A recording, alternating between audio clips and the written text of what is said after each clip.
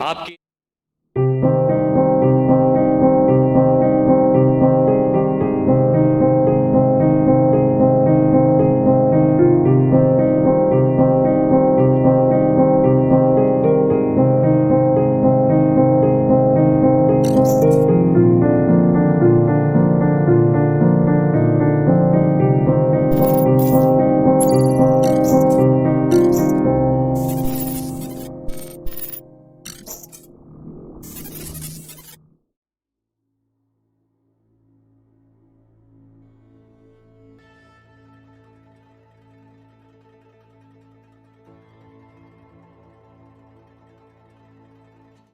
और इन दिनों में जब हम प्रभु के वचन की ओर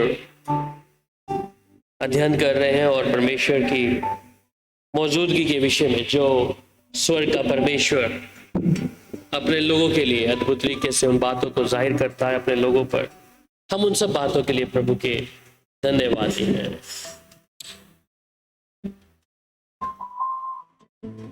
आज के विषय में हम जाएंगे और विषय है कि हम शैतान की उस आत्मा को कैसे पहचान सकते हैं। और बेहद जरूरी है कि जब हम एक विश्वासी तौर पर हैं और परमेश्वर हम इस बात को जानने के लिए कुछ बातों को वचन के द्वारा चाहता है कि हम खुदा के कलाम से रूबरू हो जाएं और उसके कलाम को जानें, जिसे पहचान पाए कि जिस जगत में, जिस संसार में मैं और आप रहते हैं, और बेहद जरूरी है कि उसके विश्वासियों को खुदा के कलाम के विषय में जानना उतना ही जरूरी है जितना परमेश्वर चाहते हैं। हम लोग जानते हैं कि वो शैतान जिसके विषय में हमारा जो युद्ध है, और एक विश्वासी जो है उसका युद्ध उस फाड़ खाने वाले के साथ हर दिन है, हर समय। और कलाम कहता है कि वो अंधकार की जो शक्तियां हैं वो खुलने में घूमती हैं, और एक विश्वासी को ये बात जानना जरूरी है कि ये जो फाड़ खाने वाला है, मैं इसकी युक्तियों को कैसे जान पाऊं, इसे कैसे समझ पाऊं। और आज बहुत से लोगों को मरवाने वाली शक्तियां भिन्न भिन्न प्रकार से परमेश्वर के वचन से बहुत कोसों दूर लेके जा रही हैं। इसलिए शैतान का मतलब ही ये है विरोधी, मतलब कि वो परमेश्वर के लोगों का विरोधी है, परमेश्वर के जनों का, जिनका, और खुद स्वयं परमेश्वर का भी वो विरोधी। बाइबल में लिखा है कि परमेश्वर ने मुझे और आपको एक फ्री विल, एक स्वतंत्र इच्छा के अनुसार बनाया है, और ये स्वतंत्र इच्छा जब हमें मिलती है तो उस समय जो अंधकार की चीजें हैं वो भी एक्टिव होती हैं, क्योंकि मनुष्य अपने निर्णय लेना आरंभ करता है, मनुष्य उस दायरे से बाहर निकलता है और वहां फाड़ खाने वाला युक्तियां बनाकर, जिस प्रकार कलाम कहता है कि वो सिंह के समान है, उस शेर के समान है गरजने वाले की, जिसको फाड़ के खा जाए। और उसकी योजना जो है विश्वासियों के लिए जो परमेश्वर पे भरोसा रखते हैं। और बाइबल हमें बताती है कि परमेश्वर के जो जन थे या परमेश्वर के जो आज भी विश्वासी हैं, उनको भी किसी ना किसी प्रकार से वो फाड़ खाने वाला अपना आहार बना लेता। इस शैतान की आत्मा को हम पहचाने कैसे, आज हम उसी बात पे मनन करेंगे। और ये किस प्रकार काम करता है, how to work this demon, मतलब कि शैतान जो है कैसे काम करता है। मेरे साथ खोलेंगे इफिसियों की किताब और उसका 4 अध्याय, the book of Ephesians chapter 4 verse 27। इफिसियों की किताब 4 अध्याय और उसकी 27 आयत। और ना शैतान को अवसर दो। और ना शैतान को अवसर दो। इसका मतलब कि जो शैतान है उसको हम कई बार अवसर देते हैं, और ऐसी कौन सी चीज है जिसके कारण वो हमारी जिंदगियों में दखल अंदाजी करता है, वो किस प्रकार हमारे जीवनों को प्रभावित करता है। हमारा युद्ध तो मांस और लहू का नहीं है, परंतु अंधकार की शक्तियों के साथ में है, जो आसमान में है और जो खुले में है। ये फाड़ खाने वाला अवसर कैसे पाता है? बाइबल में बताते हैं कि ये अवसर पाता है कि जब हम खुदा के कलाम को तोड़ते हैं, ये बताता है कि जब हम परमेश्वर के वचन को तोड़ देते हैं तब ये अवसर पाकर मनुष्य के जीवन में अपनी इच्छा को पूरी करता है। और दूसरा कुरिन्थियों उसका 4 अध्याय और उसकी 4 आयत में भी क्या लिखा है, पढ़ लेंगे। दूसरा कुरिन्थियों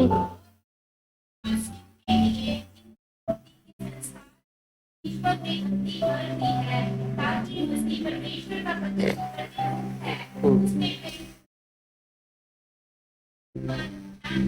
आमीन। सो कहते हैं कि और उन अविश्वासियों के लिए जिनकी बुद्धि को इस संसार के ईश्वर ने अंधी कर दी है, ताकि मसीह जो परमेश्वर का प्रतिरूप है उसके तेजों में सुसमाचार का प्रकाश उन पर ना चमके। अविश्वासियों के लिए, अविश्वासी मसीह में, अन्य जाति के विषय में नहीं बात करेंगे, परंतु अविश्वासी जो मसीह में होते हुए भी अविश्वास में है, जो खुदा के कलाम पर संपूर्ण तरीके से चलते नहीं है और विश्वास में कमजोर है। इसलिए बाइबल इस विषय में कहती है कि अविश्वासियों के लिए जिनकी बुद्धि को इस संसार के ईश्वर ने अंधी कर दी है, नाना प्रकार के भिन्न भिन्न प्रकार की बातों के द्वारा। इसलिए ये वो बातों को जो अंधी करने वाली कहते, ताकि मसीह जो परमेश्वर का प्रतिरूप है उसके तेजों में सुसमाचार का प्रकाश उन पर ना चमके। कि वो फाड़ खाने वाला चाहता नहीं है कि उसके जो विश्वासी लोग हैं उन पर परमेश्वर का वचन या परमेश्वर की बहुत आय से वो बरकत उन पर छाए। इसलिए वो चाहता है कि वो परमेश्वर की जो सामर्थ्य उसका अनुग्रह है उसके लोगों पे ना आए। और ये कारण है कि वो लोग शीघ्र अपने आप को शैतान के हाथों में डालते हैं या उसकी बातों पर मन लगा लेते हैं। इसलिए बाइबल हमें बताती है कि शैतान, जिसके विषय में 3 परीक्षा यीशु के पास आई और उसने कहीं ना कहीं कोशिश करी कि यीशु मसीह उसकी किसी ना किसी बातों पे आ जाए, यहां तक कि उसने परखने की कोशिश करी। फिर भी यीशु मसीह जो स्वयं परमेश्वर के पुत्र हैं वो इन सब बातों को जानते थे और कलाम के विषय में वो सब उन बारीकी को जानते थे कि ये जो शैतान मेरे सामने या परीक्षा लेके आ रहा है, और वो चाह रहा था कि मैं कैसे ना कैसे यीशु मसीह को अपने उस हथियार के अनुसार अपने उस शिकंजे में ले लूं। इसलिए बाइबल में साफ लिखा जो हमने अभी पढ़ा इफिसियों 4:27 कि उसको अवसर मत दो। इसलिए फाड़ खाने वाले को अवसर मिलता है जब हम परमेश्वर के वचन से बाहर जाते हैं, खुदा की मौजूदगी से बाहर जाते हैं। और हम कई बार कहते हैं कि शैतान ने हमारे जीवन में ऐसा कर दिया, शैतान हम नहीं चाहते थे परंतु शैतान ने हमारे कामों में, हमारे जिंदगियों में ऐसा काम किया। पर हम उसे अवसर देते हैं तब। मैं हमेशा कहता हूं कि मक्खी किसी ठंडे तवे पे नहीं बैठ सकती, ऐसा ही है। हाँ जी, गरम तवे पर मक्खी गरम तवे पे नहीं बैठ सकती क्योंकि उसकी आंच जो है उसे जला देगी। अगर एक विश्वासी का जीवन है, आत्मा में परिपूर्ण है, परमेश्वर के वचन में परिपूर्ण है, तो मैं 100% कहता हूं कि दुष्शक्तियां या शैतान की युक्ति परमेश्वर के लोगों छू नहीं पाएगी। पर अगर हम ठंडे हैं, परमेश्वर के वचन में मौजूद नहीं है या उसके वचन को कहीं ना कहीं तोड़ रहे हैं, तो हम बहुत अच्छे तरीके से उसके सामने उसका आहार बन सकते हैं। इसलिए शाऊल जो राजा है, जो इस्राएल का पहला राजा है शाऊल, और इस राजा को परमेश्वर ने नियुक्त किया, परंतु ध्यान दे उसके जीवन में वो एक ऐसी दुष्ट आत्मा जो उसको बार बार परेशान करती थी, बार बार उसको तंग करती थी। इसलिए उसे दाऊद को बुलाना पड़ता था कि दाऊद जो परमेश्वर का जन है उसके लिए उस वीणा को बजाकर उसको उस शैतान की उस दुष्ट आत्माओं से थोड़ी आजादी दे। पर ध्यान दें ये भी कि सिर्फ उसी समय तक के लिए दुष्ट आत्मा उसको छोड़ के जाती थी, परंतु फिर शाऊल उस दुष्ट आत्मा से ग्रस्त हो जाता था। ऐसी कौन सी बात थी कि दाऊद जब वीणा बजा रहा है और दाऊद के वीणा बजाने से परमेश्वर का जन है, परंतु हमेशा का छुटकारा नहीं पा रहा। कारण था कि शाऊल का जीवन परमेश्वर के साथ सीधा नहीं था। वो कुछ समय का जो आराम उसको मिलता था, इसलिए वो रात भर दाऊद को अपने पास रखता था कि वो मीठी नींद सो सके, और शाऊल के लिए जब दाऊद वीणा बजाता था वो आजादी पाता था। परमेश्वर जिस पर हम यकीन करते हैं वो हमारा एक जिस प्रकार हम सांस लेते हैं उसी प्रकार हमारे जीवन का एक हिस्सा है। प्रभु यीशु मसीह हमारे जीवन का एक हिस्सा है। पवित्र आत्मा हमारे जीवन का एक हिस्सा है। इसलिए एक विश्वासी का जीवन को बेहद जरूरी है कि वो सरगर्म रहे, परमेश्वर के वचन में मजबूती पाए। हम इस समय 7 चरित्र को देखेंगे जो बाइबल के अंदर है और पुराने नियम के अंदर है और नए नियम के अंदर है। और ये बेहद जरूरी है जब हम एक विश्वासी हैं तो इन तमाम 7 चरित्र को जब देखेंगे और जिन्हें दुष्ट ने या शैतान ने बहुत अच्छे तरीके से पकड़ा है। इसकी 2 बातें हैं कि सबसे पहले ये जो शैतान है या दुष्ट है ये हमारे पर्सनल लाइफ को, जो हमारी निजी जिंदगी है, उधर असर करता है। और बाइबल में हम सब पढ़ते हैं कि आदम का एक बेटा है कैन, और उत्पत्ति 4 अध्याय जब आप पढ़ते हैं तो कैन के विषय में है। ये वो कैन है जिसे परमेश्वर और आदम को ये बेटा दिया गया, कैन और हाबिल। पर उत्पत्ति 4 अध्याय बताती है कि ये जो कैन है इसने हाबिल को क्या किया, उसका हत्या कर दिया। आदम के बेटे हैं कैन और हाबिल, पर ये कैन के मन में ऐसी कौन सी बात आ गई कि मुझे अपने भाई को क्या है, समाप्त कर देना है। जब आप इस अध्याय को पढ़ते हैं तो कैन ने हाबिल को भी मारा, उसने बलवा भी किया है। वहां पर कई ऐसी बातों को जिसे हम यहाँ पर देखते हैं। इसके साथ में हम पहला यूहन्ना और उसका 3 अध्याय और उसकी 11 और 12 आयत को पढ़ लेंगे। मालूम से सुना है, यह है कि हम एक दूसरे से प्रेम रखें और कैन के समान न बने जो दुष्ट था और जिसने अपने भाई को और उसे किस कारण काम किया, किस कारण ही उसके काम करे और उसके भाई के काम धर्म के। जी, सो कैन ने हाबिल को मारा है और उसके काम क्या है, दुष्ट के हैं। ये कैसी बात है कि कैन के अंदर ये आत्मा कैसी आ गई, इसने कैसे निर्णय ले लिया, क्योंकि उससे पहले उसने कभी सुना नहीं था कि किसी ने किसी व्यक्ति की हत्या करी। बाइबल में एक ही बात आते हैं कि परमेश्वर ने जब कैन और हाबिल के विषय में बताते हैं और आदम के विषय में सबसे पहला परमेश्वर ने क्या, पशु को मारा, क्योंकि आदम के लिए वस्त्र को तैयार करना था जिसकी चमड़ी छानने के लिए। पर उसके बाद अगर देखें वहां पर किसी इंसान ने किसी को नहीं मारा, परंतु कैन के दिमाग में से कहां से इच्छा आ गई। ये उसी प्रकार है जिस प्रकार लूसीफर के मन में घमंड आया है, और उससे पहले जो परमेश्वर की उपस्थिति में है, परमेश्वर के सामने आराधना और प्रभु की वर्शिप करके प्रभु के सामने रहकर उसका गुणवाद कर रहे हैं, परंतु उसके मन में कहीं ना कहीं एक ऐसी बात आती है कि मैं सर्वोत्तम हूं, मैं परमेश्वर के तुल्य हूं। और फाड़ खाने वाला इतना चतुर है कि उसने लूसीफर के मन में इच्छा को डाल दिया। इसका मतलब वो जगह नहीं देखता, आपका जीवन नहीं देखता कि आप कितने प्रभु में हैं, परंतु एक छोटी सी गलती के कारण जब उसके अंदर ये चीज आई और वो अपने आप को सर्वोत्तम जानना शुरू किया। कैन के मन में भी ऐसी बात कि उसने एक ऐसी बात का निर्णय लिया कि मैं हाबिल को समाप्त कर दूं। ये किसी ने उसको सिखाया नहीं, ये किसी ने उसको बताया नहीं कि तुझे हाबिल को मारना है, परंतु ये बात उसके मन में कहां से आ गई। इसलिए बाइबल में लिखा है कि ये जो फाड़ खाने वाला ये खुले में घूमता है।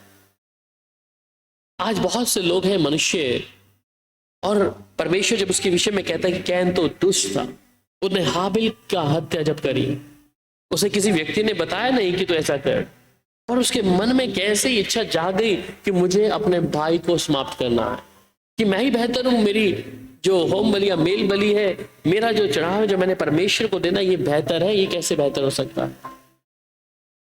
और सिर्फ यहीं पर नहीं, योदा की किताब में भी जब आप पढ़ते हैं उसकी 11वीं आयत में, यहूदा 11 आयत, it's understood it's one chapter only.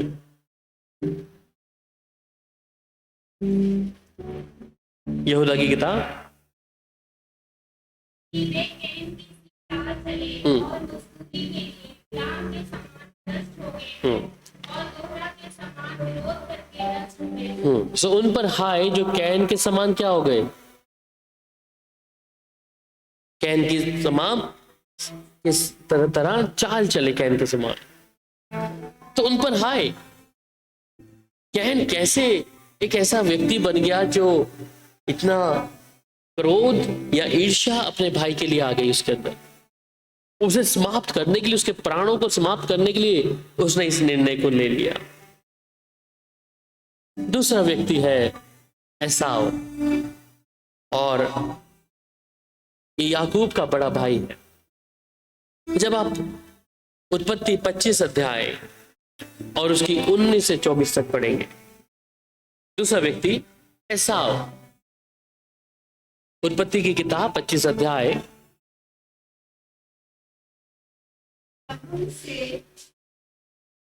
हाँ 25 अध्याय 19 से।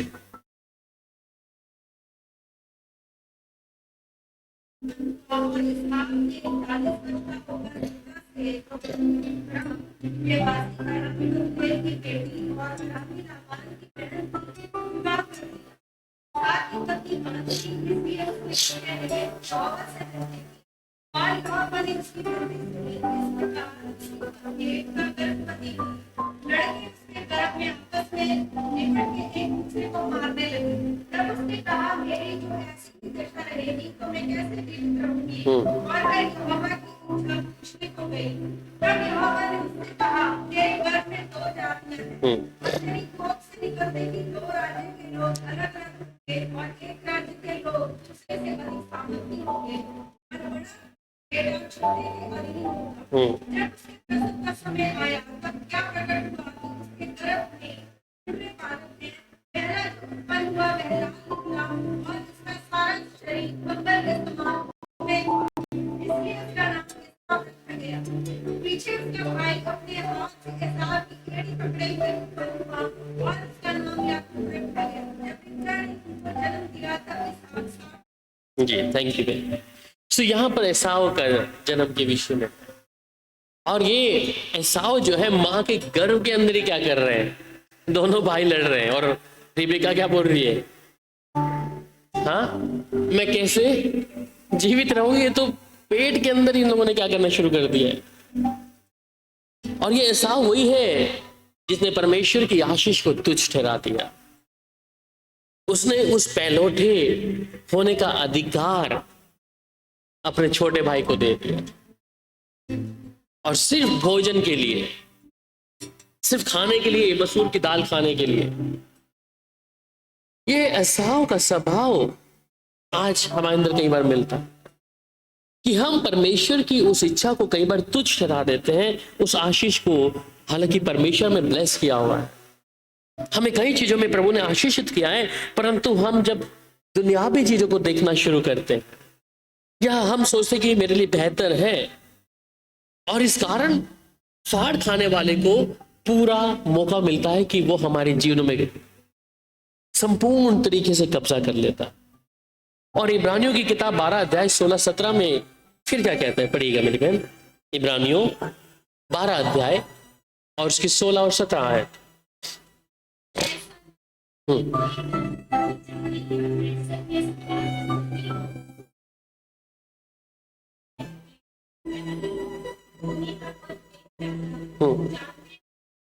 जब उसने आशीष पानी चाहिए तो अयोग्य गिना गया और आमीन।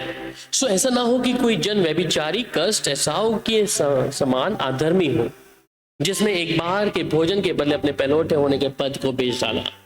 इसका मतलब कि परमेश्वर जब हमें चुनता है, परमेश्वर जब हम पर दया करता है, हमें आशीष करता है, पर हम कई बार उन चीजों के ऊपर मन लगा लेते हैं। परमेश्वर कहता है you are blessed and you are blessing to others, आप आशीष पाए हुए लोग हैं, परंतु जब हम अपनी समझ से कुछ और बातों की ओर ध्यान देते हैं। एसाव के पास ये पहलौठे होने का अधिकार था और बहुत सी बरकतें उसके लिए रखी थी, पर उसने उस हक को बेच दिया। और बाइबल में लिखा है कि तुम जानते तो हो कि बाद में उसने आशीष पानी चाहिए तो अयोग्य गिना गया। और आंसू बहा बहाकर खोजने पर भी मन फिराव का अवसर उसे नहीं मिला। इसका मतलब कि कई बार जब हम प्रभु के साथ चल रहे हैं और प्रभु हमारे साथ में है और हम परमेश्वर के वचन को बहुत हल्का जान पड़ते हैं या उस वचन को हम मान नहीं रहे।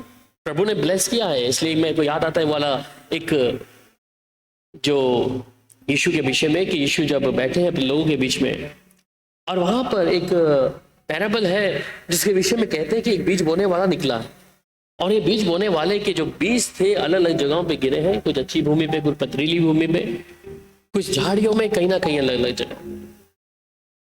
परंतु हम इस विषय में बहुत अच्छे से जानते हैं कि जो अच्छी जगह पे वो अच्छा फल लाए और जो झाड़ियों में तो उगने की कोशिश करें तो उग नहीं पाए। वो बीजों में कोई कमी नहीं है, वो बीज में ऐसी कोई कमी नहीं है, परंतु वो जिस जगह और जिस स्थान पर हैं वो उनके लिए ठीक नहीं थे। हम भी जब परमेश्वर के लोग हैं और परमेश्वर ने मनुष्य को अपने स्वरूप और समानता पे बनाया है, हम ये नहीं कह सकते कि हम बुरे हैं, पर जिस स्थान और जगह पे हम हैं, हो सकता है आप जहां पर काम करते हैं या आपका मोहल्ला या नगर, जो भाई बहन जो आपके आस पास हैं, हमारे अंदर कोई कमी नहीं है, परंतु हम जब उनके बीच में रहते तो वो स्वभाव जो है हम लोग कई बार सीख लेते हैं कि इसका चाल चलन ऐसा है तो थोड़ा हम इनके साथ वैसे हो जाएंगे तो हमें कोई फर्क नहीं पड़ता। इसलिए बेहद जरूरी है कि बीच में कोई कमी नहीं है, इसलिए हम अपने आप को दोषी ना ठहराएं कि हम शायद इस जगह पे हैं, शायद इसलिए हम बुरे हैं। बीच में कोई कमी नहीं है, परंतु बीज फलना जानता है, पर हम जिस जगह पे उस जगह को हम लोग जरूर जांचें। हो सकता है मेरा और आपका आत्मिक जीवन कैसा प्रभु के साथ में, मुझे जो समय प्रभु को देना है मैं वो ना देता हुआ मैं किसी और चीजों को समझ आ रहा दे रहा या दे रही। सो एसाव ने सिर्फ एक संसारी तौर पे उस भोजन के लिए अपने पहलौठे होने का हक क्या कर दिया, याकूब को दे दिया। और ये कारण था कि एसाव अयोग्य गिना गया, उसने झूठ बोलकर किया। और कई बार जब ये दुष्ट को मौका मिलता है तो उसे जानना पड़ता है कि वो जानता है इस बात के विषय में कि कहां पे फंसेगा, ये कहां पर फंस जाएगा ऐसी बात में। और बाइबल में लिखा है कि जो पहलौठे होते थे उनके लिए खास आशीष थी, बाइबल में पुराने नियम में पढ़ते हैं, क्योंकि जो अधिकार आप याकूब के जीवन में देखते हैं वो याकूब के जीवन में, और वो बरकतें उसके 12 गोत्र वहीं से निकले हैं। शायद अगर ऐसा उस जगह पे होता तो उसके लिए एक बहुत बड़ी आशीष थी, परंतु उसने छोड़ दिया एक संसारिक स्वभाव के लिए, खाने पीने के लिए। उसने बचपन से उसके माँ के गर्भ में क्या है वो दोनों लड़ रहे हैं और दो जातियां वहां से अलग हो गए। बाइबल में तीसरा जिक्र आता है कोरा के विषय में, और इसे आप गिनती की किताब 16 अध्याय में अच्छे से पढ़ सकते हैं। ये कोरा जो एक लेवी है, और ये लोग जब हारून और मूसा से बात करते हैं, और हारून और मूसा से जब ये बात करता है कोरा, क्या हमें आराधनालय के अंदर उस जगह पे जाने का अधिकार नहीं है? और मूसा इनको कहता है कि तुम लेवी गोत्र हो, सिर्फ मंदिर की काम काज के लिए तुम रखे गए हो बस, पर याजक का पद तो जो हारून का घराना है उन्हीं के लिए था। और इसी बात पे अगर हम देखेंगे तो वहां बलवा करा इन लोगों ने। पढ़िए, थोड़ा सा पढ़ते हैं, गिनती की किताब 16 अध्याय 1 से पढ़ना शुरू करें।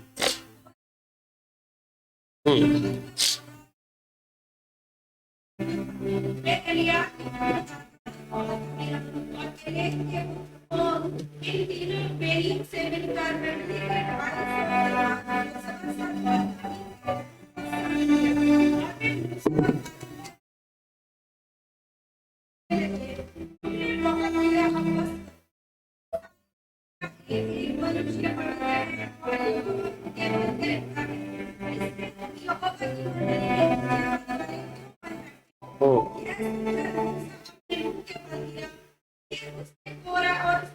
मंडली के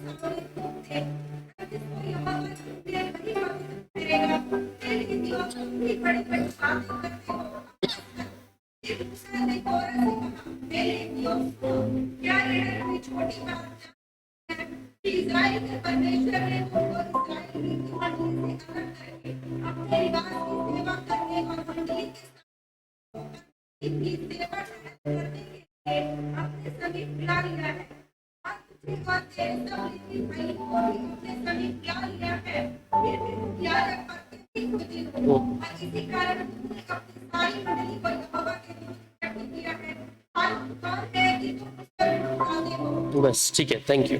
सो यहाँ पर ये मूसा के साथ विरोध कर रहा है और उस हक को मांग रहा है कि हमें भी याजक पद चाहिए। और बाइबल में फिर से जब आप यहूदा की किताब पढ़ते हैं उसकी 11 आयत को, वहां पे कोरा के विषय में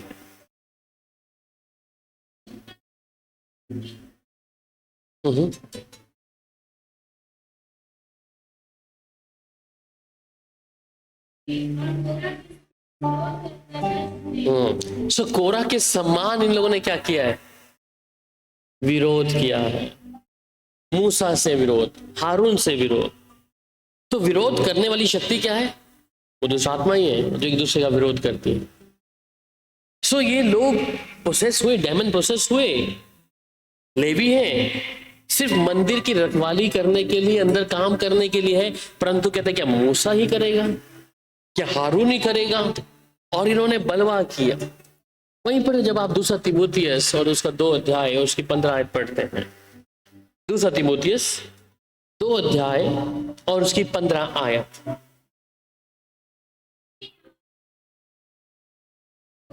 और ऐसा काम करने वाला खिलाड़ी का प्रकरण करो जो लज्जित होके ना पाए और चूसन देने वचन को ठीक रीति से काम दे लाता। आमीन। सो ये दूसरा तीमुथियुस 2 अध्याय उसकी 15 आयत में पढ़ा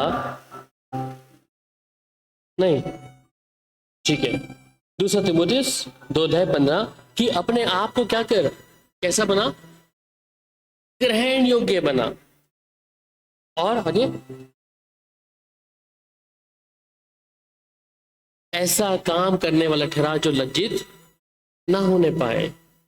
सो जब कोरा इस विषय में था और इस बात को लेके बैठा है कि मुझे ये हक चाहिए, मुझे ये हक चाहिए याजकी पद का, परंतु वो कहीं पर भी फिट नहीं बैठ रहे और जब बलवा कर रहे हैं, परंतु परमेश्वर के सामने चलने वाले व्यक्ति, हम जब अपने आप को प्रभु के सामने रखते हैं, हम कई बार कई बातों का विरोध करते हैं।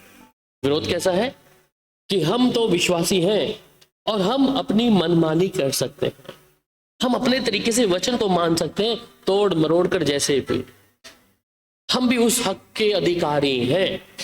कई बार सेवा में भी कुछ लोग अपनी मर्जी से सेवक बन गए, अपनी इच्छा से, प्रभु की बुलाहट के अनुसार नहीं। बस लोगों की गलत आचरण है, कहीं गलत बातें हैं कि शायद पास्टर बन जाएंगे तो धन आएगा, ऐसा होगा। मैं से कई लोगों से मिला हूं और वो सेवकाई जो है ज्यादा नहीं चली है। ये परमेश्वर की बुलाहट के बिना था। अपनी इच्छा से अगर परमेश्वर कुछ काम करना शुरू कर दिया है या आपकी प्रार्थना को उत्तर देना शुरू कर दिया है, तो चलिए हम पास्टर बन जाते हैं। और उसका अनुभव क्या परमेश्वर ने चुना है? ये कोरा भी उनमें से एक ऐसा व्यक्ति है जो इस बात के विषय में बलवा कर रहा है, देख रहा है हारून और मूसा को और कहता है कि हमें भी ये पद चाहिए, हम भी याजकी पद में आना चाहते हैं। परंतु वो कहता है ये लेवी का काम क्या है? ये मंदिर की देख रेख करेंगे। परंतु उस पद तक जाने के लिए अपने आप को वो परमेश्वर से नहीं, परंतु मूसा परमेश्वर का ठहराया हुआ व्यक्ति के विरोध में जाकर काम कर रहे हैं। और बाद में लिखा है बाइबल में, उसे परमेश्वर ने नष्ट कर दिया। इसलिए जब मनुष्य सेवकाई में या किसी भी प्रकार से काम करता है, हम ये नहीं कह सकते कि परमेश्वर ने उस बात को चुन लिया है आपको सेवा के लिए। अगर प्रभु आपके द्वारा कोई मिरेकल कर रहा है, आप किसी के लिए प्रार्थना कर रहे हो, इसका अर्थ ये नहीं कि प्रभु ने सेवा के लिए बुला लिया है आपको, क्योंकि वचन तो कहता है कि हर एक विश्वासी सेवक है, परंतु परमेश्वर उस अधिकार को नहीं दिया है। एक विश्वासी के चिन्ह के विषय में हम बहुत अच्छे से जानते हैं। प्रेरितों के नाम मरकुस में जब 16 अध्याय पढ़ते हैं तो वहां पर वो कुछ उनके विश्वासियों के गिफ्ट हैं, पर सेवा करने का जो भाव है वो परमेश्वर ने अपने लोगों को चुने हुए को रखा हुआ है, मतलब कि मुकर्रर करे लोगों ने। इसलिए हारून के जो बेटे थे, हम उसके विषय में जानते हैं, नादीम और अबीहू के बारे में। ये लोग भी जिनको याजक होने का पद परमेश्वर ने दिया है, परंतु ये उस याजक के पद पे नहीं है। इसका मतलब कि वो वेदी पर जाकर धूपदान नहीं जला सकते। वो अपनी इच्छा से वेदी के आगे आके धूपदान जलाकर प्रभु को शुक्रगुजारी नहीं कर सकते। और ये कारण था कि हारून के बेटों को अपनी जान गंवानी पड़ी। और वहां बाइबल में लिखा है कि उनके ऊपर जब स्वर्ग से वो आग गिरी, जो आग वेदी पर गिरनी थी, परंतु उनके शरीरों पे गिर गई और वो वहीं पे खत्म हो गए। इसलिए कई बार हम परमेश्वर के साथ चलते चलते कई चीजों में बलवा करते हैं कि प्रभु ये मेरा अधिकार है, ये मुझे दे, ये मुझे करना है प्रभु। इसका मतलब सेवा जो परमेश्वर का है और प्रभु की सेवकाई है, वो परमेश्वर ही मुकर्रर करता है किस व्यक्ति को क्या करना है क्या नहीं करना है। हम ये नहीं कह सकते कि मेरे द्वारा प्रभु ऐसा काम कर रहा है तो शायद मैं सेवक बन गया हूं, प्रभु की बुलाहट ये है। और वो सेवा ज्यादा नहीं चलती है, वो कुछ समय तक चलती हैं, उनकी जरूरतें देखकर वो फिर से कोई ना कोई काम शुरू कर देते हैं। इसलिए कोरा भी यहाँ पर उस बात को, क्योंकि फाड़ खाने वाला यहाँ पे काम कर चुका था, क्योंकि विरोधी आत्मा आ गया, वो उसको अंदर ही अंदर क्या करना है, एक पोजीशन लेने के लिए आ गया। और ये दुष्ट आत्मा के काम है, वो कोई ना कोई पोजीशन लेने के लिए मैं कुछ हूं, और ये उसके लिए क्या हुआ, कोरा को अपनी जान गंवानी पड़ी। चौथी बात आती है बिलाम के विषय में। और बिलाम के विषय में तो आप सब जानते हैं कि बिलाम की घोड़ी का विषय में आप बहुत बेहतर जानते हैं। तो बिलाम के विषय में जब हम पढ़ते हैं, और ये गिनती किताब 22 अध्याय में इसके बारे में लिखता है, और ये बिलाम वही है जो प्रभु का एक चुना हुआ व्यक्ति है। पर बिलाम के विषय में जब आप पढ़ते हैं तो बिलाम के अंदर एक लालच आ गया, और ये लालच जब हम देखते हैं बाइबल में लिखा है कि उसे वो पैसे का लालच है। जैसे बलाक ने बुलाया था कि तू अगर ऐसा बोलेगा हमारे लिए ऐसा करेगा। पढ़ेगा मेरे से प्रकाशित वाक्य 21 अध्याय और उसकी 2 अध्याय उसकी 14 आयत। प्रकाशित वाक्य 2 अध्याय और उसकी 14 आयत।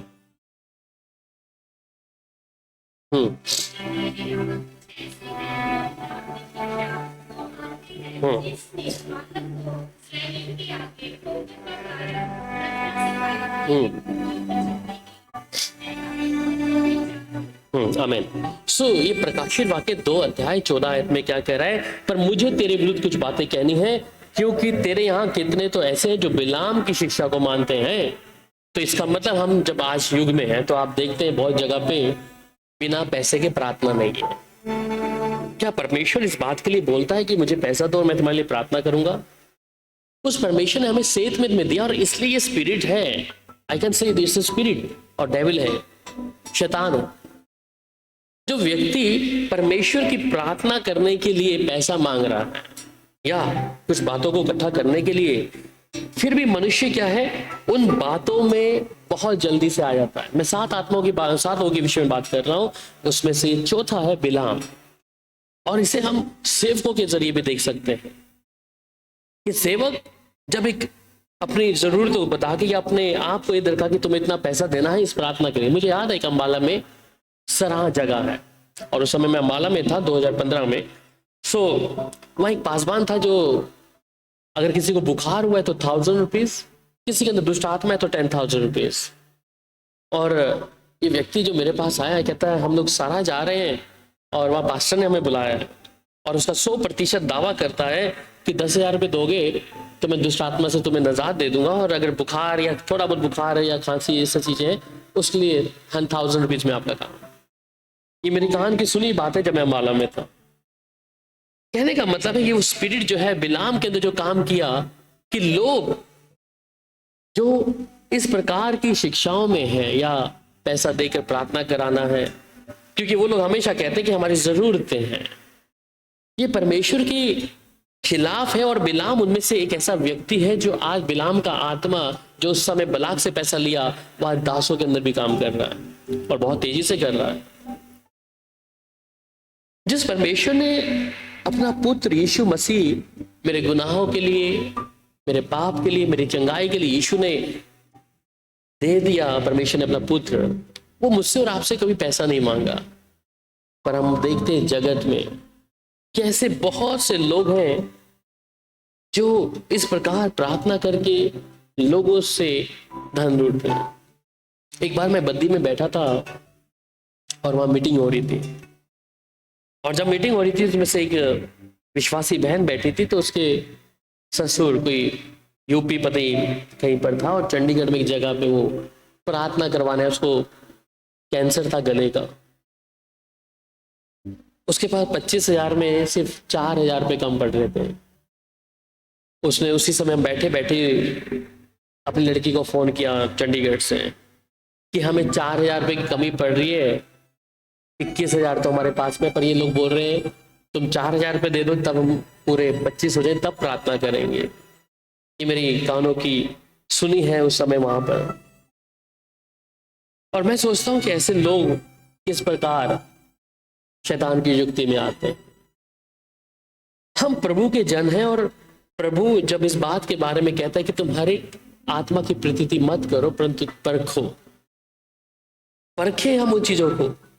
ये बिलाम भी उनमें से एक ऐसा ही व्यक्ति है जब बलाक के पास जाता है, राजा के पास में, बलाक बोलता है कि मैं तुझे धन दूंगा। 2 बार उसका पहले इनकार करता है, पर दूसरी बार वो जाने के लिए तैयार हो जाता है और वो दूसरी बार जाता है। और वो बिलाम की घोड़ी जब उसके सामने परमेश्वर का दूत आता है नंगी तलवार लेके, परमेश्वर उसे मना कर रहा है कि नहीं जाना, पर वो अपनी घोड़ी को जब मारता है तो वहां पर जो परमेश्वर का दूत है वो बिलाम के सामने आ जाता है और वो कहता है कि तेरी इस घोड़ी की वजह से तू बच गया, नहीं तो मैं तो तुझे खत्म करने आया था। तू परमेश्वर की इच्छा को तोड़ा है, तू बलाक से धन लेने के लिए उसके अनुसार बोलने के लिए जा रहा है, मैं तो तुझे खत्म करने आया था, पर तुझ घोड़ी के कारण तू बच गया। इसलिए ये बिलाम की जो शक्ति है ये बहुत से लोगों के अंदर काम करती है, बहुत से विश्वासियों के अंदर, बहुत से दासों के अंदर भी। परमेश्वर साफ तौर पे कहता है कि मेरी कलीसिया नष्ट हो रही है। इसलिए जो सेवकाई है जहां पर इस प्रकार की शिक्षाएं हैं कि इतना पैसा दोगे, इतना प्रार्थना करेंगे या ऐसा करेंगे, उसका बाइकआउट करें। ये परमेश्वर के मुताबिक नहीं है। जिस खुदा ने अपना बेटा दिया उसने पैसे नहीं मांगे कभी भी, परंतु जब आपके ऊपर हाथ धरने के लिए या ले हैंड प्रेयर है या फायर प्रेयर है, जिसका माउंट, उस जगहों से बाहर आ जाएं, ऐसे सभाओं से बाहर आ जाएं, क्योंकि परमेश्वर उन चीजों को पसंद नहीं करता। अगर हम देखते हुए भी अनजान बनेंगे और कान होते भी कानों को बंद कर लेंगे, हम उनके पाप के दोषी हैं। और वहां पे बाइबल में फिर आगे क्या लिखता है, पढ़िएगा मेरे साथ, मत्ती की इंजील 6 अध्याय उसकी 19 और 21 आयत। मत्ती की इंजील 6 अध्याय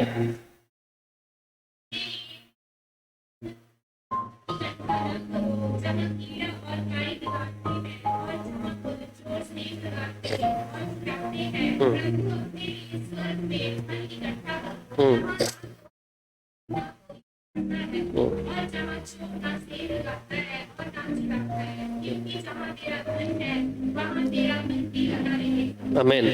सो आजकल हम लोग बहुत तेजी से इन चीजों को देखते हैं कि आज प्रभु के दासों शायद बहुत ज्यादा पैसा रहता है, उनके अपने जेट्स हैं, पर किसी गरीब व्यक्ति को देने के लिए उनके पास नहीं। उनके पास अपने फ्लाइट, अगर आप फॉरेन में देखेंगे ऐसे कई रोनर काफले और ऐसे कई पास्टर्स जिनके पास अपने जेट है, सब कुछ है। आजकल के प्रॉफिट्स के पास भी बहुत ज्यादा धन है, पर बाइबल में जितने हम नबियों को देखते हैं वो बेचारे बिल्कुल भी ऐसे अपने आप को बिल्कुल अर्थू जमीन पे रखा, उन लोगों ने बिल्कुल इन चीजों के साथ नहीं थे। धन कोई ऐसा नहीं है कि कोई बुरी चीज है, पर ये लोग काम किस विषय के लिए कर रहे हैं, जहां पर तेल या पानी, हम लोग बहुत इंडिया में अपने यहाँ देखते हैं, पंजाब में यहाँ तक कि आजकल साबुन भी है, अनॉइंटिंग सोप, जिससे आप नहाए। फिर उसके बाद एक कैलेंडर भी है, अगर मेरा कैलेंडर फोटो वाला होगी तो ऐसा होगा। ये सब क्या है, एक बिजनेस के तौर पे है, जिन्होंने परमेश्वर की शिक्षा को अपने तौर तरीके से कर दिया। और ये स्पिरिट है बिलाम की, वो स्पिरिट आज प्रभु के दासों के अंदर है कि वो लोग इस धन के लिए, और बाइबल में लिखा है कि जब नबी थे जो पुराने नियम में, तो जब वो कहते कि हम तुम्हें इतना धन देंगे, तुम हमारे मुताबिक नबूता करो, तुम हमारे प्रति या हमारे तरीके से भविष्यवाणी करो। सो ये आरंभ से है और आज भी लोग क्या है, उसी भविष्यवाणी को जानते हैं। पर हमारे लिए क्या है, कहते हैं अपने लिए पृथ्वी पर धन इकट्ठा ना करो जहां कीड़ा और काई बिगाड़ते हैं और जहां चोर से लगाते हैं, चुराते हैं, परंतु अपने लिए स्वर्ग में धन इकट्ठा करो जहां ना कीड़ा है ना कोई बिगाड़ते हैं, जहां चोर ना सेध लगाते हैं ना चुराते हैं, क्योंकि जहां तेरा धन है वहां तेरा मन भी है। सो हम देखते भी हैं आजकल पास्टरों के ऊपर बहुत रेड पड़ती है, सुबह सुबह रेड पड़ जाती है, कुछ है तभी है, उनके अकाउंट में इतना पैसा कहां से है। मुझे तो कोई बाहर से बोलता है पैसा दे, मैं तो मना कर देता हूँ। कल भी मैं एक बहन को मना कर दिया, बोले मेरा सैलरी 23,000 था, 65,000 में आपको कुछ भेजना चाह रही हूँ। मैं भैया मुझे नहीं चाहिए, इंडिया गवर्नमेंट वैसे ही नजर रख रही है। आई डोंट नीड मनी, मैंने कहा मुझे नहीं चाहिए, मैं उसको साथ में रख दिया। हम प्रभु के साथ चल रहे हैं तो प्रभु के साथ प्रभु मुहैया कराएगा। और ये स्पिरिट जो है यह बहुत से पासवानों को, परंतु मैं सोचता हूँ कि इसमें जो विश्वासी लोग हैं उन्हें चौकस रहने की आवश्यकता है। अगर ये चौकस नहीं रहे तो उनको बढ़ावा मिलेगा और अपने लिए वो उस नर की जगह को तैयार करें। पांचवी एक और करेक्टर बाइबल के अंदर है और जो है इजेबेल। सो पहला राजा जब 16 अध्याय और दूसरा राजा 9 अध्याय पढ़ते हैं तो वहां पर इजेबेल के विषय में है। और इजेबेल किसकी पत्नी है? हाँ हाँ, राजा नाम बताया था अभी, अबाब। हाँ हाँ, क्या नाम था? हाँ अभी बोला आप लोगों ने। इजेबेल किसकी पत्नी थी? पढ़ेगा पहला राजा 16 अध्याय से पढ़ेगा।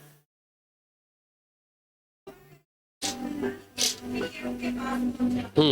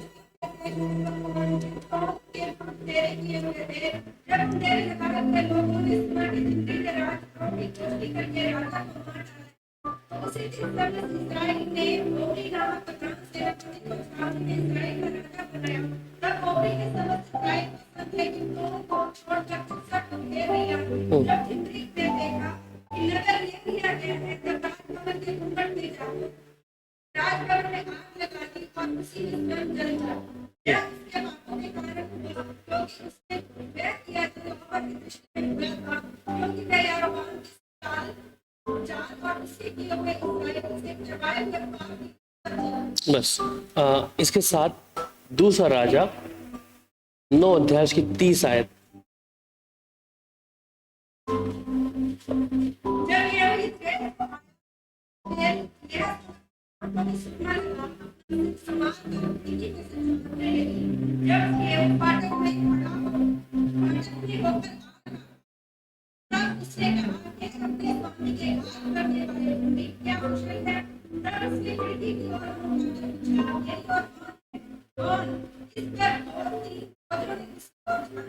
तब उसने कहा उसे नीचे गिरा दो।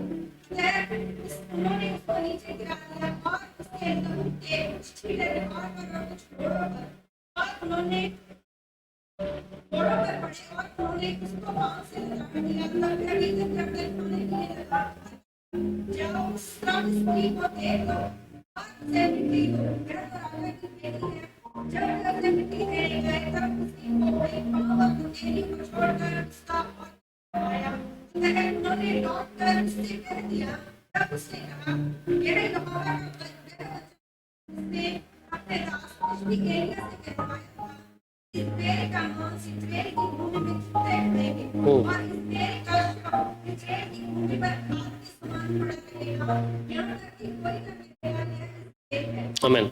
सो ये इजेबेल जो है, इसको आज की जो स्पिरिट है और हाप की पत्नी है, और ये स्पिरिट इसको जो बोलते हैं कि अडल्ट्री के लिए, और ये इजेबेल जो स्पिरिट है ये वही जो परमेश्वर का नबी एलिया है, जब उसने उसको बोला कि अगर तू मेरे मुताबिक नहीं चलेगा तो मेरे पास जो झूठे भविष्यवक्ता हैं और मेरी जो देवी है वो कल तुझे समाप्त कर देगी। इसलिए एलिया जो है वहां से भाग जाता है और समय वो अपने आप को चट्टान की दरारों में छुपाने की कोशिश करता है, परंतु परमेश्वर अपने दूतों को और अपने उस कौवे को भेजता है जो उसके लिए भोजन लेकर के आता है।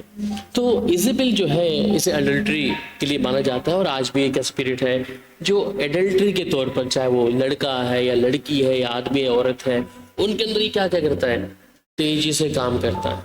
इसकी अलग शिक्षा है, पर मैं ऐसे ही थोड़ा मोटा मोटा बनाने के लिए कि स्पिरिट है इजेबेल जो आज भी लोगों के अंदर अडल्ट्री के तौर पर, व्यभिचार के तौर पर काम करता है।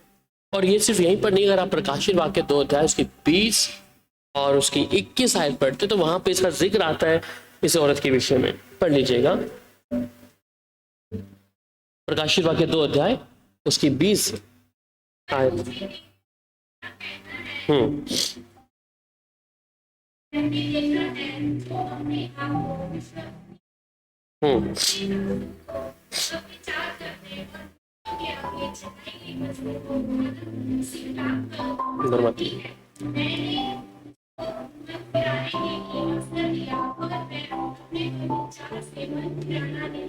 जी हाँ। सो कहते हैं कि मुझे तेरे विरुद्ध ये कहना है कि तू उस स्त्री इजेबेल को रहने देता है। तो उस स्त्री इजेबेल को रहने का मतलब है कि आज विश्वासी प्रभु के दास, उनके अंदर ये स्पिरिट है इजेबेल का, इसलिए उसने कहा कि तू इसे अंदर रहने देता है। और ये आज भी क्या है, लोगों के जीवन में काम कर रही है, विश्वासियों के जीवन में, प्रभु के दासों के जीवन में।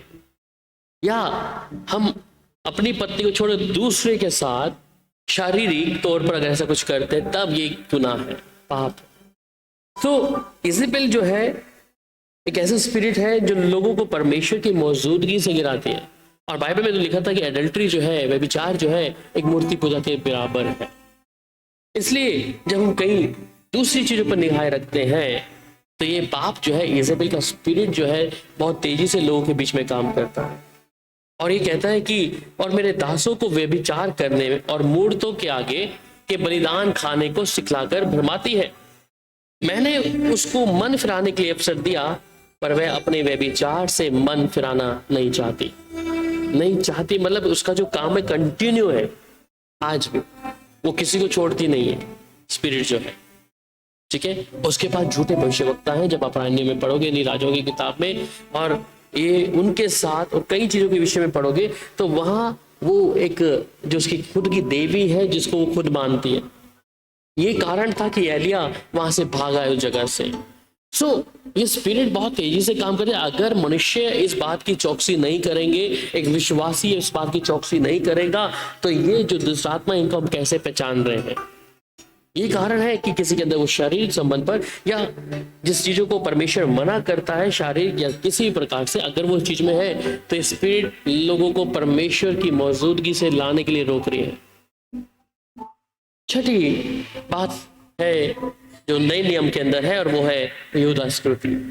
तो यहूदा संस्कृति जो है उसके अंदर एक लालच का आत्मा, ठीक है, इट्स अ स्पिरिट। और प्रेरितों के काम 1 अध्याय 16 अध्याय उसकी 20 आयत तक, प्रेरितों के काम 1 अध्याय मनुष्य है, पृथ्वी के स्वास्थ्य का है, जो इतना आत्मा ये दाऊद के मुख से लगे पूछे में जो यीशु के पकड़वाने वाले का पहले से हुआ, क्योंकि मैं वो हम में गिरा गया और इससे फायदे से भागी हुआ। उसने अधर्म की कमाई से एक पेट हो गया और सिर के बल गिरा और उसके पेट फट गया और उसकी जबान निकल पड़ी। इस बात के सब रहने वाले जान लिए जहाँ तक इसके तरह ऊंची भाषा में तमाम लोगों का पेट फट गया जैसे साइबर में लिखा गया है। उसका फल जाड़ा जाए और उसने कोई न उसे और उसका फल कोई दूसरा न ले। इसलिए जितने दिन तक प्रभु यीशु हमारे साथ प्रार्थना करता रहा से लेकर उसके हमारे पास आए जाने तक जो लोग हमारे साथ थे, उचित है कि उन में से एक व्यक्ति हमारे साथ उसके जीवन में गवाह हो जाए। तब उन्होंने दो को खड़ा किया, एक दूसरे को बस 20 तक ही। यहाँ कहता है कि हे भाई, अवश्य था कि पवित्र शास्त्र का वह लेख पूरा हो जाए जो पवित्र आत्मा ने दाऊद के मुख से यहूदा के विषय में, जो यीशु को पकड़ाने वालों का अगवा था, पहले से ही कहती। तो क्योंकि वह तो हम में गिना गया और इस सेवकाई में भी सहभागी हुआ। दूसरी चीज कि ये यहूदा स्क्रूति जिसके अंदर लालच है, तो लालच कई कई चीजों को दिखाता है। ये यहूदा स्क्रूति एक डायमंड प्रोसेस हुआ जिसके अंदर शैतान ने या दुष्टात्मा ने ऐसा किया कि उसके अंदर एक लालच पैदा हो गया, और यहां तक कि उसने इस बात के विषय में सोच लिया कि इस समय यीशु को उतने सिक्कों में बेचना है। और सिर्फ यहीं पर नहीं, जब यीशु के पास एक लेडी आती है और इत्र, बहुत कीमती इत्र जब उसके पैरों पर लगाए थे, और उसके मन में एक लालच चल रहा है कि शायद ये इत्र अगर बेच दिया जाता इसका इतना धन आ सकता था। ये लालच का आत्मा जो उसके अंदर शुरुआत से ही क्या हो गया, अंदर काम करना शुरू कर दिया। आज जब हम भी इन चीजों को पहचान रहे हैं कि लालच, चाहे वो पासवान है या विश्वासी है, अगर हमारे अंदर वो लालच काम कर रहा है तो हमें वहीं पे रुक जाना है कि ना, ये परमेश्वर इस बारे में मुझे मना करता है। परमेश्वर मुझे इस चीज के लिए, जो आज हम प्रभु के वचन को सीख रहे हैं, इसलिए मना करता है कि मैं उस चीज में आगे ना बढ़ूं। इसलिए हम पहचान सकते हैं कि कौन व्यक्ति लालच कर रहा है। इब्रानियों 6 अध्याय उसकी 4 और 8 आयत में क्या कह रहा है? इब्रानियों 6 अध्याय और उसकी 4 से 8।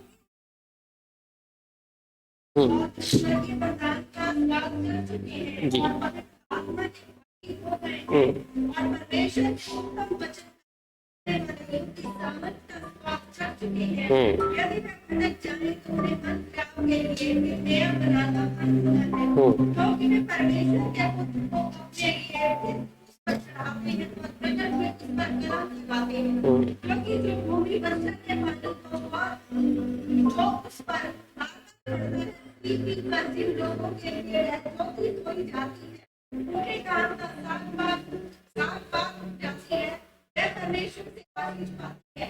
पर यदि वह जाति और अपनी कमी और स्थापित होने लगती है और चलाया जाता है। आमीन।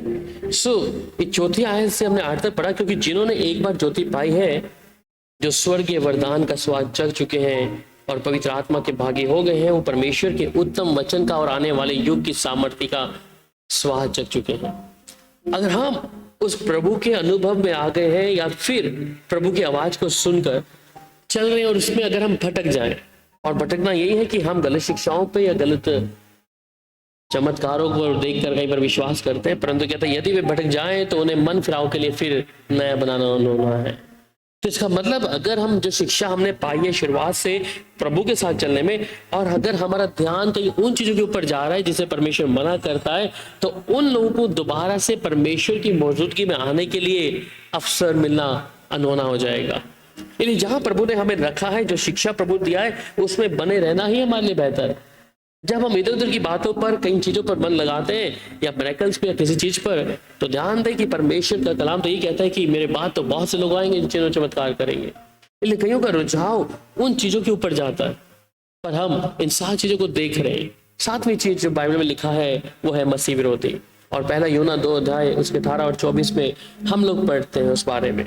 पहला यूहन्ना 2 अध्याय और उसके 18 से लेकर 24 आयत तक। जैसे तुमने सुना है कि मसीह आने वाला है, उसके अनुसार अब भी बहुत से मसीह लोग खड़े हुए हैं, जिससे हम जानते हैं कि यह अंतिम समय है।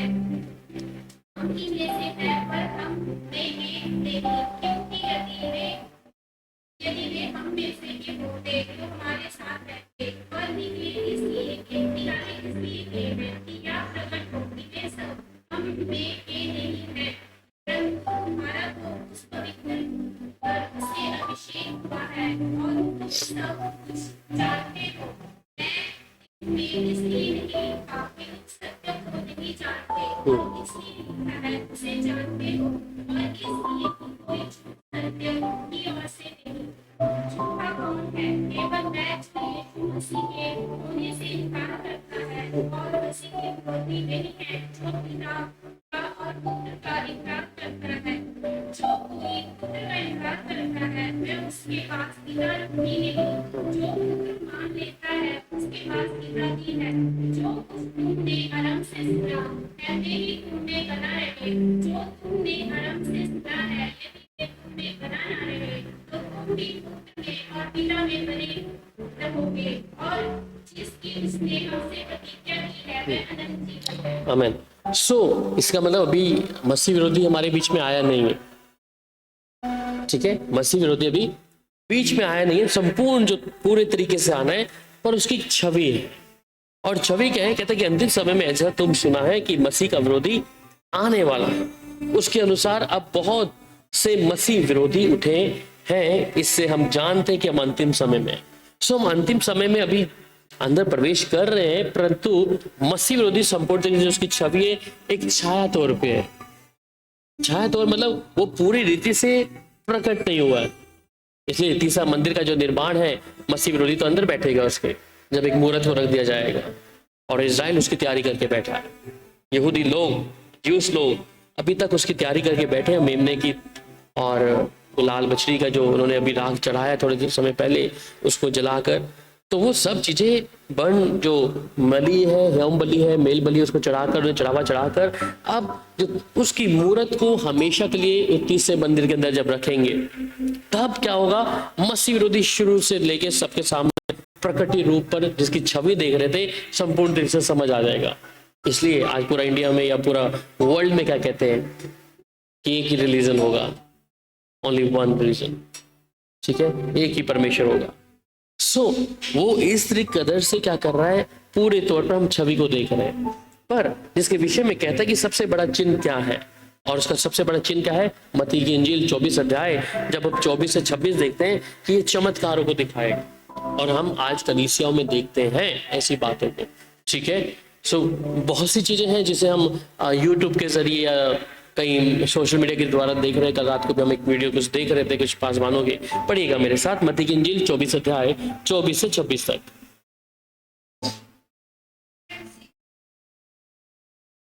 जी हाँ, बरमाते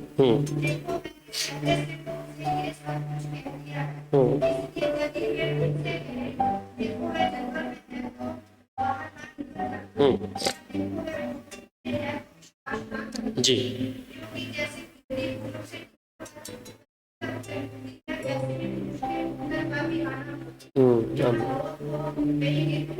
वेरी गुड। सो यहाँ कहता है क्योंकि झूठे मसीह और झूठे भविष्यवक्ता उठ खड़े होंगे और बड़े चिन्ह और अद्भुत काम दिखाएंगे कि यदि हो सके तो चुने हुए को भरमा देंगे। तो चुने हुए कौन? जब हम खुदा की सही वचन में हैं और प्रभु के साथ चल रहे हैं तो हम उन चीजों को देखकर प्रभावित होंगे। परसों में एक पासवान से एक बात कर रहा था तो फोन पे, तो वो मुझे बता रहा था हमारी कलीसिया में एक बहन थी, वो अन्य भाषा बोलती थी और वो एक पास्टर के पास चली गई।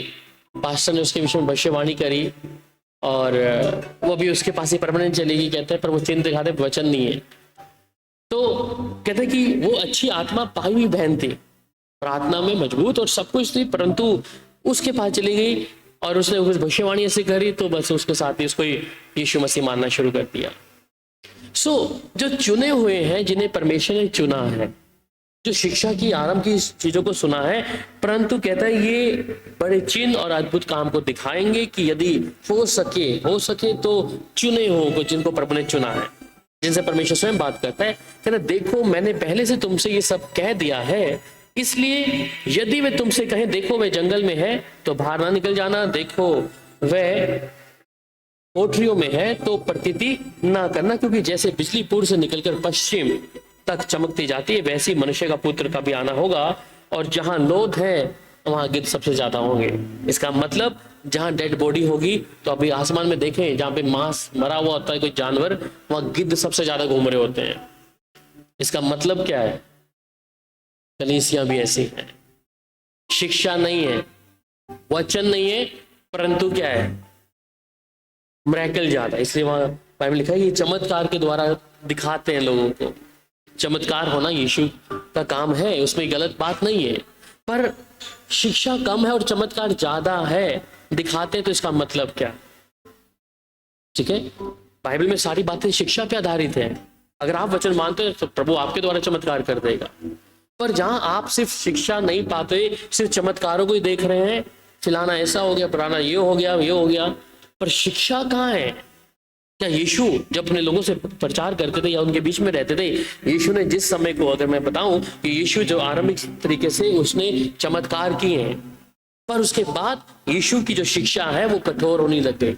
इसलिए चेलों ने कहा कि हमारे लिए बड़ा मुश्किल है अभी तेरे साथ चलना, अभी बड़ा मुश्किल हो गया है, कि अब तक तो सिर्फ चंगाई तक या चमत्कार तक सीमित था, और यीशु को देखकर चेले बड़े खुश होते थे कि हमारे द्वारा भी प्रभु ऐसा काम हो रहा है। इसलिए यीशु ने चेलों को साफ कहा कि इस बात से खुश मत हो, ये देख कि तेरा नाम जीवन की पुस्तक में है क्या नहीं। हम अंत के दिनों में हैं, और कलीसियाओं में या अलग अलग जगहों पे हम जब देखते हैं लोग सिर्फ चमत्कार देखने के लिए इकट्ठा होते हैं, और ये भीड़ जो है ये कोई विश्वासी नहीं है, ये अन्य जाति के समान है, जिन्हें एक प्लेटफॉर्म चाहिए उस भीड़ को सिर्फ चमत्कार देखने के लिए, गवाहियां सुनने के लिए। क्या है वो चीजें? उसकी दुष्ट आत्मा उधर से निकल गई, उसकी इधर निकल गई, वचन कहाँ है? तो सारी बातें, बुनियादी बातें टिकी हैं वचन के ऊपर। इसलिए कहता है कि शिक्षा कम है और चमत्कार ज्यादा है। इसलिए वो बाइबल में लिखा है कि जहां लोथ है वहां गिद्ध सबसे ज्यादा इकट्ठे हो जाएंगे। इसलिए हम जब प्रभु के साथ में चल रहे हैं, हमारे लिए ज्यादा जरूरी है कि हम परमेश्वर की शिक्षा पे मन लगाएं। चमत्कार अपने आप होते रहेंगे, उसे आपको करने की आवश्यकता नहीं होगी। मैं एक पासवान को जानता हूं और प्रभु के अच्छे खादिम, वो कहते कि एक बार मुझे किसी मीटिंग में बुलाया गया, और मीटिंग में जब बुलाया गया तो कहता वहां सारा पंडाल भरा हुआ है, मैं अभी तक कहता घर से निकला नहीं हूं। कहते मेरे जाने से पहले ही पवित्र आत्मा वहां काम करना शुरू कर दिया, और कहते पास्टर जी जल्दी आओ, यहाँ तो लोग ठीक हो रहे हैं, अपने आप लंगड़े चल रहे हैं, ऐसा हो रहा है, जल्दी आ जाओ, आप जल्दी आ जाओ। पास्टर कहता है भैया जब प्रभु अपना काम कर रहा तो फिर मेरा क्या काम है वहां पे? कहता मैं गया और मैं स्टेज के पीछे चुपचाप बैठ के घुटनों में धन्यवाद करता, लोग अपने आप ठीक हो रहे थे। मैंने कहा अगर कोई और पास्टर होता तो वो कहता देखो मेरे आने से क्या हुआ है, मैं स्वयं उतर आया हूं। आजकल लोग इस तरह की बड़ाई को लेना चाहते कि मेरे हाथ रखने से, मेरे ऐसे करने से, ये परमेश्वर का आत्मा का काम है, प्रभु स्वयं करेगा।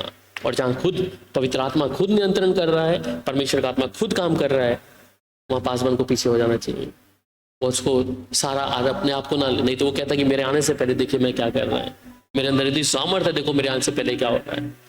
परमेश्वर का आत्मा है, इसलिए हम इन तीनों चमत्कारों के ध्यान ना दें, परंतु जहां शिक्षा कम है और चमत्कार ज्यादा है तो समझे भड़काने वाली शक्तियां हैं। जहां पर प्रभु के वचन को हाईलाइट नहीं किया जाता, वहां व्हील चेयर को ज्यादा हाईलाइट किया जाता है, स्ट्रेचर को हाईलाइट किया जाता है, इन चीजों को ज्यादा हाईलाइट किया जाता है। या जितने फुदक रहे हैं, मुझे एक वीडियो पिछले दिनों में मिला जहाँ पे पॉपकॉर्न वाला था, बड़ा हंसी था, आपको भेजूंगा। एक व्यक्ति कहता है कि मैं पॉपकॉर्न बनाते हैं, चलो कहता है जब पॉपकॉर्न बनाते हैं, और पॉपकॉर्न में वो कुकर के अंदर क्या करता है, पॉपकॉर्न डाल देता है, और पॉपकॉर्न डालने वो कुकर का सीटी लगा देता है। बाद में जो पिक्चर दिखाया वो पीले सूट में सारी जो लड़कियां ऐसे तालियां मारने वाले, बाद में वो पिक्चर आया, देखो ये पॉपकॉर्न बन रहे हैं इनके। वीडियो में भेजूंगा, आप लोगों को देखिए। ईशान ने वो रिकग्नाइज किया था, देखो पापा क्या हो रहा है। जो लोग ज्यादा हल्ला मार मार के पूरे गिरे हुए पीले कपड़े पहन के, तो उनके बारे में देखा पॉपकॉर्न कैसे खुद कर रहे हैं ऐसे करके, तो ऐसा करके वीडियो था। और असली में ऐसा ही है, प्रभु का आत्मा नियंत्रण का आत्मा, वो हमारे बीच में है तो नियंत्रण में हर चीज। नहीं तो अन्य जाति आप लोगों को क्या बोलेगी, मूर्ख बोलेगी, बेवकूफ बोलेगी। इसलिए वो संयम का आत्मा कि जो चीजें बेकाबू हो रही हैं तो समझ जाए तो प्रभु का आत्मा नहीं है जरूरी है चीजों में। इसलिए प्रभु नियंत्रण दिया। आप जिधर बैठते हैं प्रार्थना करते हैं वो नियंत्रण में है चीज। लोग मजाक उड़ाते हैं, संसारिक लोग मजाक उड़ाते हैं, तो इसलिए उन्हें बेहाल है, उनको पता ही नहीं लग रहा हम कहाँ गिरे हैं, किधर गए। इसलिए प्रभु से प्रार्थना करें, प्रभु हम उस नियंत्रण में रहें। पवित्र आत्मा का अभिषेक हो सकता है, पर प्रभु से मांगे, प्रभु मैं नियंत्रण रहूं, मेरे अंदर अपनी आत्मा को प्रभु दे, मैं नियंत्रण में रहूं। उनको पता नहीं यहाँ से वहां पहुंच के गई दूर। सो इसलिए हमें बेहद जरूरी है, हर एक आत्मा की हम प्रतीति नहीं कर सकते। इसलिए 7 बातें जो थी, पहली कैन के बारे में कि कैन ने दोषी ठहरा, उसने अपने भाई का वध किया और परमेश्वर के विरुद्ध गया। वो ये शक्ति थी जो उसके अंदर काम किया। दूसरी थी एसाव के बारे में, जिसके अंदर क्रोध और ईर्ष्या, और दूसरा उसने उस आशीष को जो प्रभु ने दिया था उसे बेच दिया। और फिर तीसरा था कोरा के विषय में। कोरा को परमेश्वर ने ठहराया था कि तू सिर्फ मंदिर के अंदर लेवी है, तेरा काम ये है, परंतु वो क्या कर रहा है, वो मोसेस परमेश्वर के दास मूसा के विरोध में चला गया और कोरा को समाप्त होता। बिलाम की शिक्षा के बारे में, बिलाम के अंदर क्या आया, उसने पैसों का लालच करना शुरू किया। आज कलीसिया में पासबान ये सब चीजें पैसों का लालच करते हैं कि हमारी चीज बन जाए, बाकी सब बाहर में जाए। और इजेबेल की जो स्पिरिट है उसके बारे में, वो एडल्ट्री है, वो किसी को नहीं छोड़ती, चाहे आदमी या औरत है या पास्टर है विश्वासी है, वो कोई ना कोई स्पिरिट से काम करती रहेगी। और छठा था यहूदा श्रुति भी लालच किया है, उसने यीशु को बेचा है। और 7वां था मसीह विरोधी, जिन चिन्ह और चमत्कारों को हम कलीसियाओं में देखते हैं, हम सोचते हैं कि शायद यही परमेश्वर का आत्मा उतरा है और कहीं नहीं है। और परमेश्वर उसके बारे में कहता है, जहां लोथ होगी वहां गिद्ध सबसे ज्यादा होंगे, जहां डेड बॉडी होगी वहां भीड़ सबसे ज्यादा बनी रहेगी। तो इन 7 चीजों के द्वारा परमेश्वर आपको वचन की गहराई को और तरीके से समझाए। आइए प्रार्थना करते हैं।